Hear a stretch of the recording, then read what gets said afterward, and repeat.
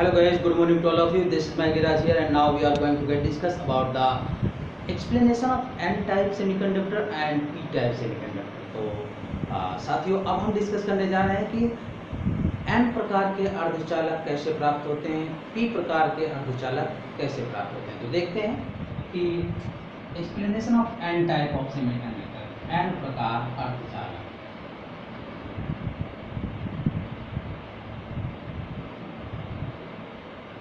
तो देखिएगा N प्रकार के अर्धचालक कैसे मिलते हैं, जब हम पंच संयोजी अशुद्धि, ठीक है ना, जब पंच संयोजी अशुद्धि जैसे आर्सेनिक +5 शुद्ध अर्धचालक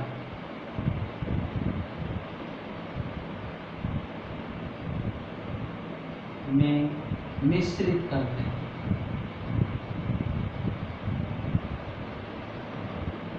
ठीक है ना।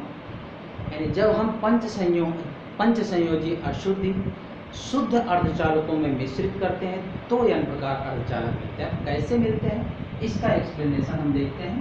तो देखिएगा, ये है आर्सेनिक +5 पंच संयोजी अशुद्धि। इसको हमने क्या किया कि शुद्ध अर्धचालक सिलिकॉन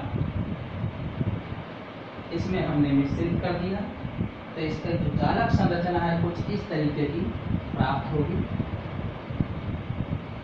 देखते हैं,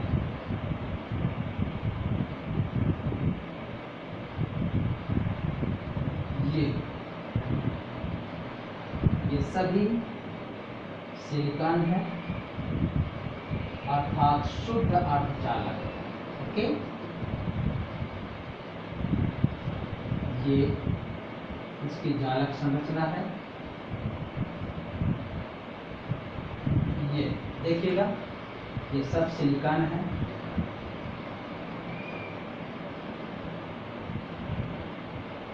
ये तो यहाँ पर हमने क्या किया है कि शुद्ध अर्धचालक जैसे सिलिकॉन, इसमें हमने पंच संयोजी अशुद्धि जैसे आर्सेनिक +5 मिश्रित कर दिया है। तो आर्सेनिक +5 में कितने वाहकन कक्षा में इलेक्ट्रॉन होते हैं? 5।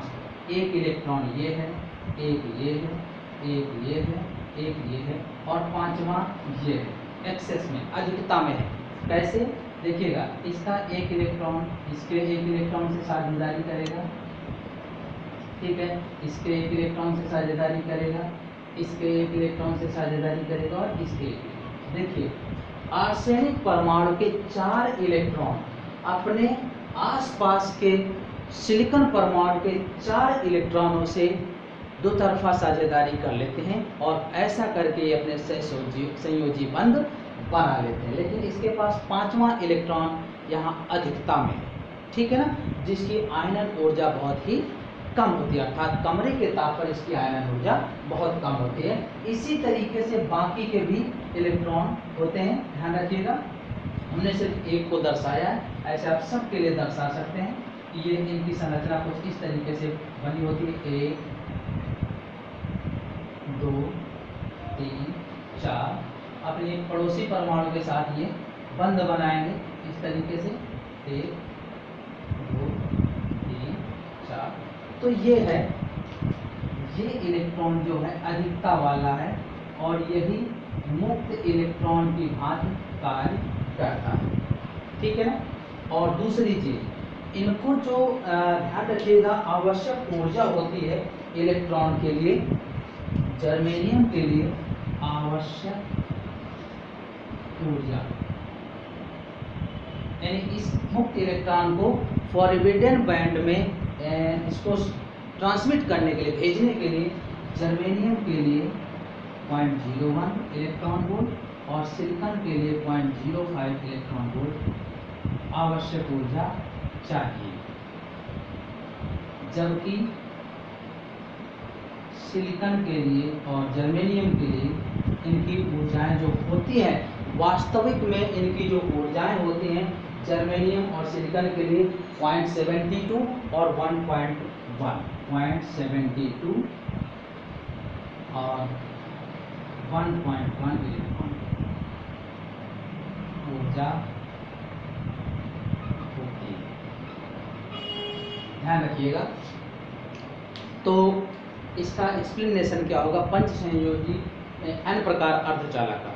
जब हम पंच संयोजी अशुद्ध जैसे आर्सेनिक +5 को शुद्ध अर्धचालक जैसे सिलिकॉन में मिश्रित करते हैं तो आर्सेनिक परमाणु का 4 इलेक्ट्रॉन अपने आसपास के सिलिकॉन परमाणु के 4 इलेक्ट्रॉनों से मिलकर दोतरफा साझेदारी करता है, अर्थात सहसंयोजी बंध बना लेता है। परंतु इसके पास एक इलेक्ट्रॉन फिर भी अधिकता में रहता है।